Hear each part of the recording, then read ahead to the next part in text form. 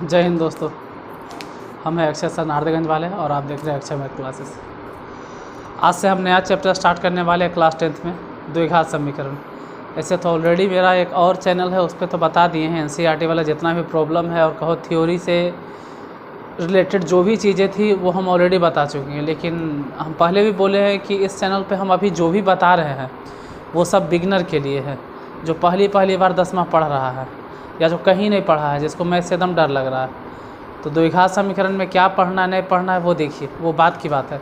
पहले हिसाब बनाना शुरू कीजिए, फिर हम बताना भी शुरू कर देंगे। जैसे द्विघात समीकरण क्या होता है। द्विघात मतलब आप इसमें कहीं भी किसी भी हिसाब में आप नोटिस करोगे तो सब में आप देखोगे कि घात कितना है 2, एक्स पर पावर कितना दिखाई दे रहा है 2, कहीं भी एक्स पर पावर 2, यहाँ पर भी एक्स टू दी पावर कितना है 2, एक्स पर पावर कितना है 2। इसमें जितना हिसाब लिखे सब में गौर करोगे तो एक्स पर पावर कितना होगा 2, कहीं भी धर लो एक्स टू दी पावर कितना होगा 2, यानी द्विघात है। लेकिन क्या यह समीकरण भी है? तो हम बहुपद और समीकरण में हम समझा चुके हैं ऑलरेडी कि जैसे ही आपको जीरो दिखाई दे मतलब द्विघात समीकरण है। अगर बाय द वे जीरो नहीं होगा तो बोलते द्विघात बहुपद है, लेकिन यहाँ तो ये द्विघात समीकरण है। क्यों बोल रहे हैं समीकरण है? क्योंकि द्विघात है और इक्वल टू जीरो है, इसलिए द्विघात समीकरण है। अगर इक्वल टू जीरो नहीं होता तो द्विघात बहुपद होता है। 1 मिनट थोड़ा सा देख लेते हैं। तो फिलहाल ये वाला तो द्विघात समीकरण है सब के सब। और आज जो हम बताने वाले हैं वो है विवेचक। ये विवेचक क्या होता है देखिए, तो विवेचक का फॉर्मूला लिख देते हैं। वो होता है d बराबर b² माइनस 4ac। अब d a क्या होता है धीरे धीरे सब समझ जाओगे, इतना हिसाब बताते बताते। इसमें जो शुरू में दिखाई दे रहा है जो x² के साथ में वो a है, और b ये वाला है जो x के साथ में, यानी -4। तो -4 के होल स्क्वायर और माइनस में 4। a मतलब कितना जो स्टार्टिंग में है 1, और c मतलब कितना, c मतलब 2। सबको गुना कर दो तो पता चला 4 चक्के 16, वो भी प्लस में, और 4 दूनी 8। 16 में से 8 घट गया तो कितना हो जाएगा 8। नहीं समझ में आया सर? दूसरा देखो, जब भी विवेचक निकालना रहेगा तो d बराबर फॉर्मूला लिखना b² माइनस 4ac, और इसमें ढूंढना b कौन है। तो जो x के साथ में गुना होगा वो b होगा, यानी कि 2 के होल स्क्वायर हो गया -4। a मतलब कौन है जो x² के आगे होगा यानी 3, और c कौन है जो अंतिम में होगा बिना x के, जिसमें x नहीं लगल होगा -1। ये तो ऐसे भी 2 के स्क्वायर हो गया 4, और माइनस यहाँ माइनस माइनस हो गया प्लस, और वो भी चढ़ती है 12। दोनों को जोड़ दो तो कितना हो गया 12 4 16। जरा थर्ड नंबर क्वेश्चन इसमें देखते हैं, इसमें d निकालना है। तो d बराबर फार्मूला क्या जानते हैं, b² माइनस 4ac। आप 10-12 हिसाब देखते देखते गारंटी है यार समझ में आ जाएगा, नहीं कैसे आएगा। और नहीं आ रहा है तो फिर पढ़ना छोड़ दो, मतलब कम से कम इस क्लास को पढ़ना छोड़ दो यूट्यूब पे, कहीं और देखो हो सकता है वो समझाते। b मतलब कितना हो गया 1 और -4, a मतलब कितना 1, क्योंकि थोड़ा बहुत आपको भी प्रयास करना पड़ेगा। ये हो गया 1 और 4 एकम 4, अब 1 में से 4 घटा दो तो कितना हो गया -3। अब ये वाला नीचे दिख रहा होगा ना d बराबर निकालो b² माइनस 4ac। अब जरा सोचो इसमें b कितना है 7, तो 7 के होल स्क्वायर -4, a मतलब कितना हो गया 9, और c मतलब कितना हो गया 2 नहीं बोलेंगे -2। इधर 7 7 49, माइनस कैसे रहेगा, ये तो माइनस प्लस। गुना उना कर लेना, 4 दूनी 8, 9 8 72। सबको जोड़ देंगे तो कितना हो जाएगा 9 2 1 12, 121। यहाँ तक दिख रहा है ना 121, साफ दिख रहा है। जैसे सब में तो वही बात करना है, इसमें भी विवेचक निकालना है। तो d बराबर, d से होता है डिस्क्रिमिनेंट। विवेचक को इंग्लिश में डिस्क्रिमिनेंट बोलते हैं, इसलिए d से लिखा जाता है। d बराबर हो गया b² माइनस 4ac। जैसे कोई बुतरू पूछ दिए या कोई टीचर पूछ दिया आपसे d क्यों लिखा जाता है, सिंपल से बात है, विवेचक को इंग्लिश में डिस्क्रिमिनेंट बोलते हैं, इसलिए d से डिनोट किया जाता है। b माने कितना है इसमें -4 के होल स्क्वायर। आपको कैसे पता चल गया, देखो जो x के साथ में है वो b है, जो बीच में है वो b है, और जो शुरू में x² के आगे है ना वो a है -4। a मतलब कितना है जो x² के आगे यानी 5, और सी कितना है जो अंतिम में है यानी 2। इसको देख लिया जाए, 4 के होल स्क्वायर 16 माइनस में, सबको नाम ना करके देख लेना, 40 हो जाएगा। 16 में से 40 घटा दो तो घट गया तो माइनस में 24, ये माइनस 24 हो जाएगा। छठा देखते हैं, डी बराबर, डी इक्वल टू क्या हो जाएगा, बी स्क्वायर माइनस 4ac।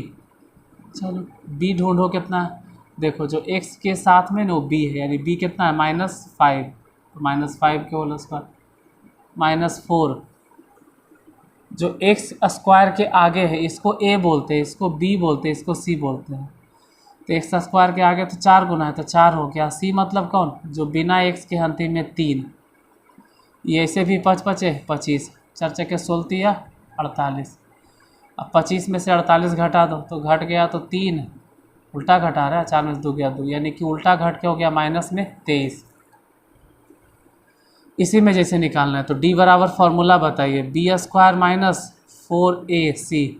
बताओ b मतलब कितना है, b यानी ढूंढना होगा, b मतलब कौन, देखो जो x स्क्वायर के आगे वो तो a है, तो b ये वाला हो गया -8 के होल स्क्वायर और -4। a मतलब कितना 5 और c मतलब कितना 3। अब ज़रा देख लेते हैं, 8 8 64, 4 5 20 दिया 60। खुद बोलो कि अगर 64 में से 60 घट गया तो कितना हो जाएगा 4, इसका आंसर हो जाएगा 4। इसमें फिर से डिस्क्रिमिनेंट निकालना, इतना इतना हिसाब बता रहे हैं, एकदम एक तरीका के, एकदम हल्का है, तो समझ में तो पक्का आ जाना चाहिए। नहीं आता है तो फिर दोबारा देख लेना, B square minus 4ac। b मतलब कितना है, तो हम बार बार कह रहे हैं कि जो x स्क्वायर के आगे वो a है,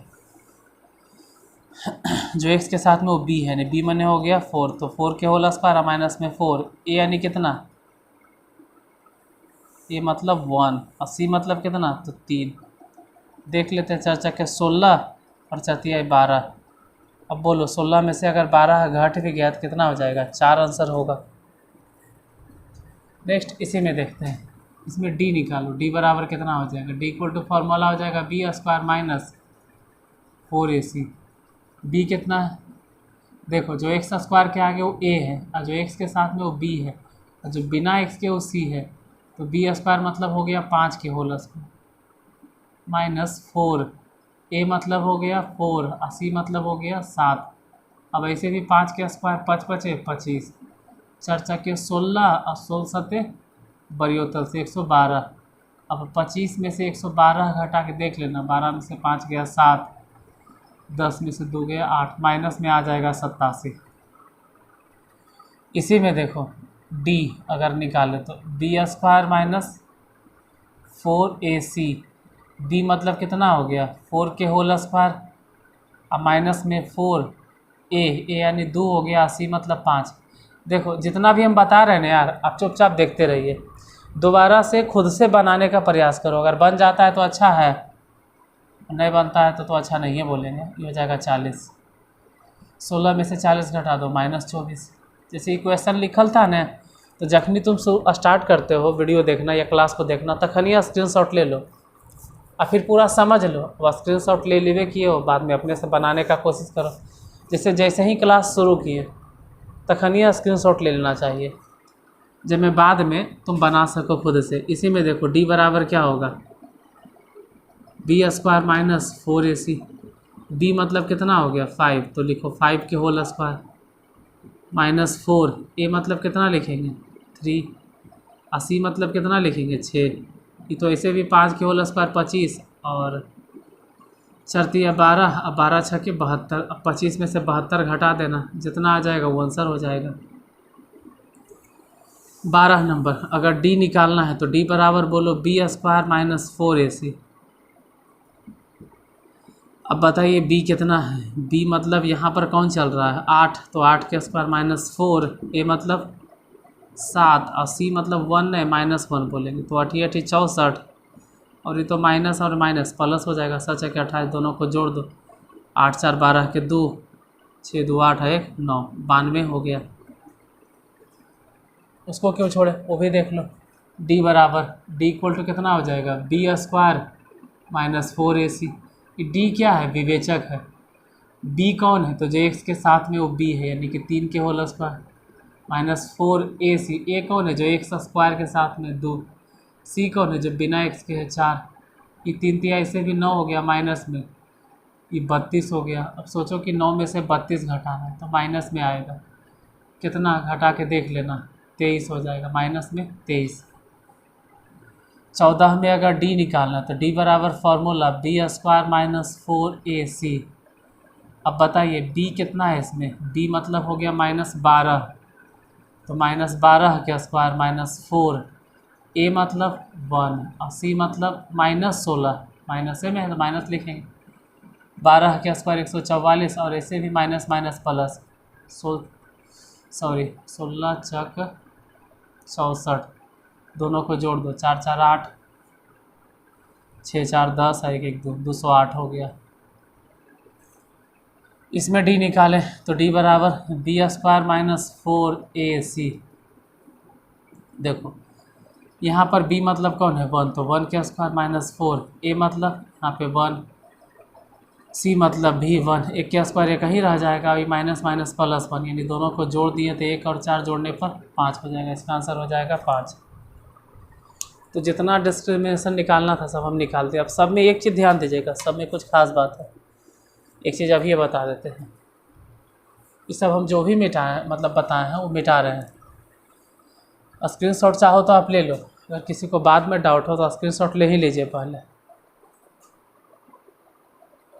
जिससे पूरा एक तरह से सॉल्यूशन हो गया, आप बाद में मिला सकते हैं।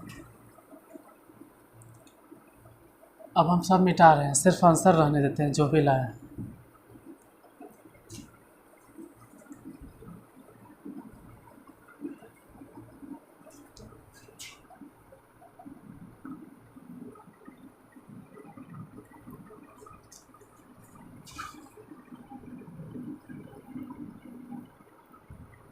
अब इतने में देखिए कुछ तो समझ में आएगा।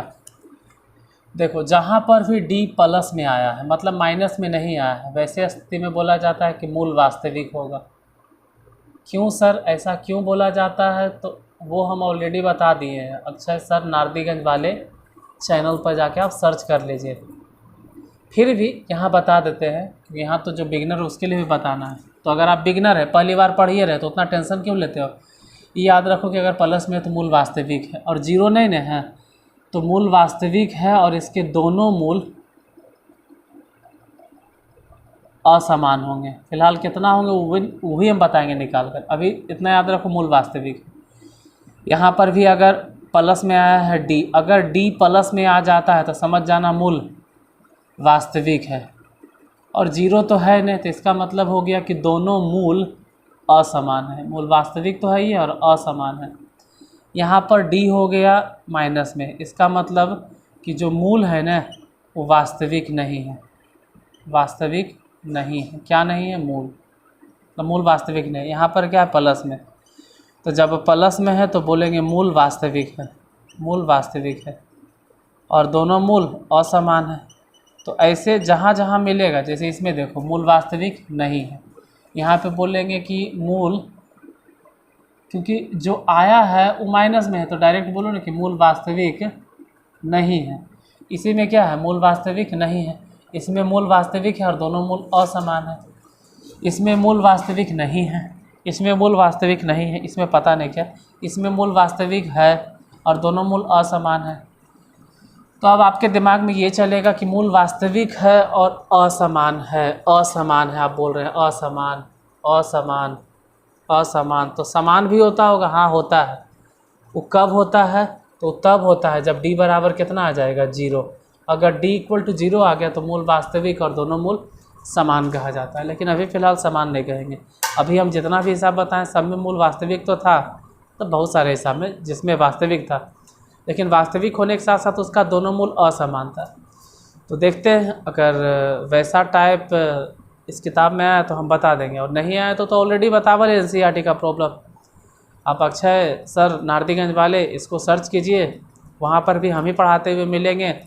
क्लास 10th उसमें जाइएगा, प्लेलिस्ट बना हुआ होगा, चेक कर लीजिएगा, पूरा डिटेल से एकदम बताया हुआ है। फिर भी अगर आपको लगता है कि और ज़्यादा डिटेल से बताए तो फ़िलहाल कुछ दिनों का वेट कीजिए।